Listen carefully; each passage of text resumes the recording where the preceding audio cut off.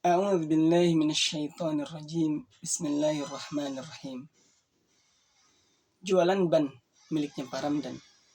Bersimbah keringat tidak dipedulikan. Marhaban ya Ramadan, engkau sangat dirindukan. Assalamualaikum warahmatullahi wabarakatuh. Alhamdulillah, wassalatu wassalamu ala rasulillah wa ala alihi wa mawala, amma ba'du. Sahabat-sahabatku yang dirahmati Allah Subhanahu wa taala. Akhirnya tiba kita di hari pertama di bulan Ramadan. Setelah sekian waktu kita menunggu, akhirnya hari ini kita mengawali puasa untuk pertama kali. Semoga puasa kita hari ini menjadi puasa yang lebih baik daripada bulan Ramadan yang sebelumnya. Sahabat-sahabatku yang dirahmati Allah Subhanahu wa taala. Puasa ini amalan yang berbeda dengan yang lain. Karena ia tidak kasat mata, tidak terlihat. Tidak terlihat sebagaimana ibadah yang lain. Sholat, zakat, unggah haji, sedekah, itu kelihatan. Tapi yang namanya puasa kagak kelihatan. Kelihatannya cuman orang meludah. Tapi itu bukan jaminan bahwa dia berpuasa. Puasa itu bisa menipu kita. Karena hanya Allah dan yang bersangkutan yang tahu. Orang lain kagak tahu. Beda dengan kalau lagi sholat. Si Anu sholatnya apa rajin. Kok bisa tahu? Iya, orang sujudnya lama. Orang bisa menilai dia itu begitu. Oh, dia sedekahnya itu dermawan. Dia itu orangnya dermawan. Senang berbagi. Kok kamu bisa tahu? Nah, iya, orang dia nyumbang ke masjid sampai 1 M. Itu bisa kelihatan. Tapi puasa. Si Anu puasanya luar biasa. Khusyuk banget. Kok antum bisa tahu? Dia beludah melulu. Meludah itu bukan patokan orang dia berpuasa atau tidak. Yang namanya meludah, ada juga yang kebiasaannya meludah. Tapi enggak puasa. Orang yang berpuasa emang biasanya suka meludah. Tapi bukan itu faktor dia berpuasa atau tidak. Nah, oleh karenanya cuman Allah yang tahu dan si hamba tersebut yang mengetahui. Sahabat-sahabatku yang dirahmati Allah Subhanahu wa taala. Rasulullah SAW bersabda, "Rubba sha'imin hadzu min syami al-jum' wal atas." Betapa banyak orang yang berpuasa namun ia tidak mendapatkan apa-apa dari puasanya kecuali lapar dan dahaga. Sahabat-sahabatku yang dirahmati Allah Subhanahu wa taala. Kita berusaha untuk menghindar dari hadis ini. Yang dia berpuasa dari pagi sahur sampai zuhur, sampai asar, kemudian maghrib, menahan lapar, lagi panas dia tahan. Kemudian lagi orang yang anak kecil makan dia nahan. Karena dia sedang berpuasa. Anak kecil ada yang puasa dan yang tidak. Tapi ketika si anak bayi disuapi, dia maka gak puasa. Kadang kita suka ngerasa, aduh enak banget. Tapi cuman karena iman sedang bersemayam, maka ia tahu, oh ini belum puasa. Hati-hati nih ibu-ibu, bapak-bapak yang punya anak. Ini cobaan lagi puasa nih. Makanya jangan sampai udah ditahan dari udah sahur, kemudian menahan dari panas tadi, kemudian sampai maghrib baru berbuka, tapi ia hanya mendapatkan lapar dan dahaga saja. Kan sayang banget. Udah berusaha, udah bangun pagi-pagi jam 2 atau jam 3 atau setengah 4, kemudian dia sahur.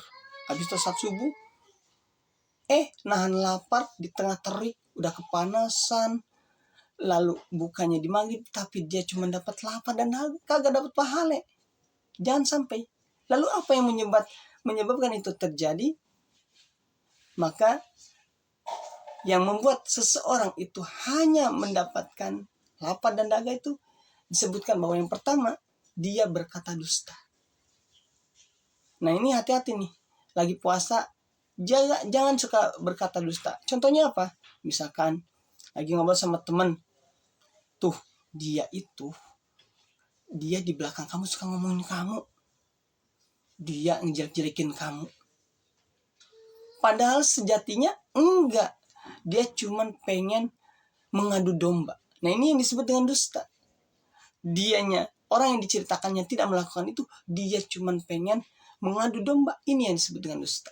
Nah hati-hati buat teman-teman, buat kita semua yang seneng banget dengan domba orang lain, memfitnah, maka ini nanti akan dikategorikan yang dia puasanya cuma dapat lapar dan haus doang, kagak dapat pahala.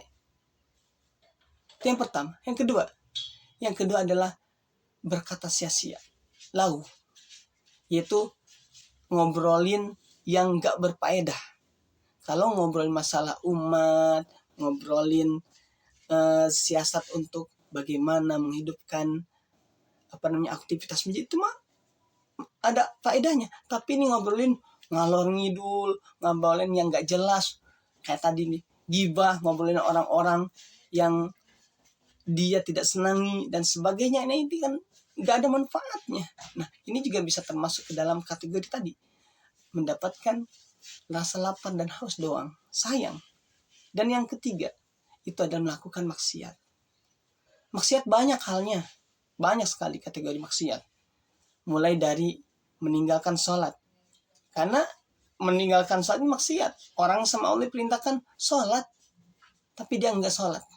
Jangan sampai dia rajin berpuasa, sholatnya kagak. Nah ini bahaya nih. Dia di bulan Ramadan ini puasanya full, tapi sholatnya ogah-ogahan. Jangan salah, nanti dia terkategori hadis ini tadi. Rubbas shaimin hadzu min syami illal juwal atos. Karena dia tidak melakukan kemaksiatan. Atau yang lain, melihat yang dilarang oleh Allah. Sering lirik-lirik yang tidak seharusnya dilirik. Misalkan buat lawan jenis, laki-laki atau perempuan ke lawan jenis. Nah ini juga bagian daripada tadi maksiat. Atau tadi fitnah dan sebagainya, itu maksiat. Nah mudah-mudahan ini bisa kita redam teman-teman. Supaya apa? Supaya kita dapat di akhir puasa ini nanti dapat pahalanya. Apalagi nanti di akhir puasa, setiap menjelang berbuka itu ada yang namanya 2 kebahagiaan buat seorang muslim. Apa itu? Yang pertama, kebahagiaan ketika berbuka. Itu bahagia. Coba teman-teman dari pagi, siang, sampai sore nahan lapar. Pas udah Allahu Akbar, Allahu Akbar, dia mulai buka baca doa. Allahumma lakasumtu wa bika amantu wa ala rizkika aftartu birahmatika ya arhamar rahimin. Buka puasa, dia mulai teguk dengan makanan yang paling disunahkan. Apa itu? Kurma. Kalau nggak ada kurma, boleh yang manis, teh manis atau air putih. Jangan langsung semua dimakan tiba-tiba lupa dengan salat maghrib. Karena ini waktunya sebentar. Nah, dianjurkan juga ketika sedang berbuka itu berdoa. Karena itu diantara waktu mustajab doa. Jadi ketika berbuka, yang pertama, seorang muslim itu berbahagia. Ketika dia berbuka berbahagia. Nanti ketika ketemu Allah, itu yang bahagia. Karena Allah yang ngasih pahala untuk puasa ini. Puasanya nggak ada takarannya. Cuman Allah dan dia yang tahu. Makanya orang yang berpuasa itu bahagia ketika waktu berbuka. Dan semoga kita termasuk orang-orang yang Allah karuniakan kebahagiaan, pertama ketika berbuka, dan kedua ketika berjumpa dengannya. Sahabat-sahabatku yang dirahmati Allah Subhanahu wa Ta'ala, kembali lagi bahwa di hari pertama ini kita harus bersemangat, dan jangan sampai ini menjadi tolak ukur untuk kedepannya yang justru membuat kita tidak bersemangat di puasa-puasa sebelumnya.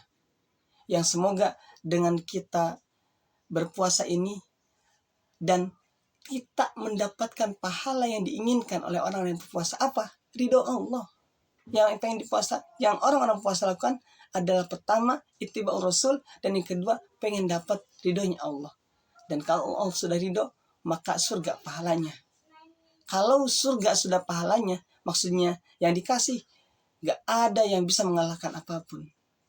Dan itu adalah tujuan utama.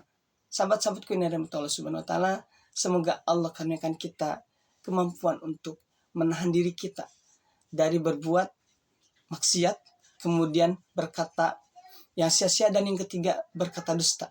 Dan semoga dengan itu Allah terima puasa kita di hari ini dan juga di hari-hari setelahnya hingga akhir bulan ini. Barakallahu fikum. Kebahagiaanmu adalah kebaikanmu. Wassalamualaikum warahmatullahi wabarakatuh.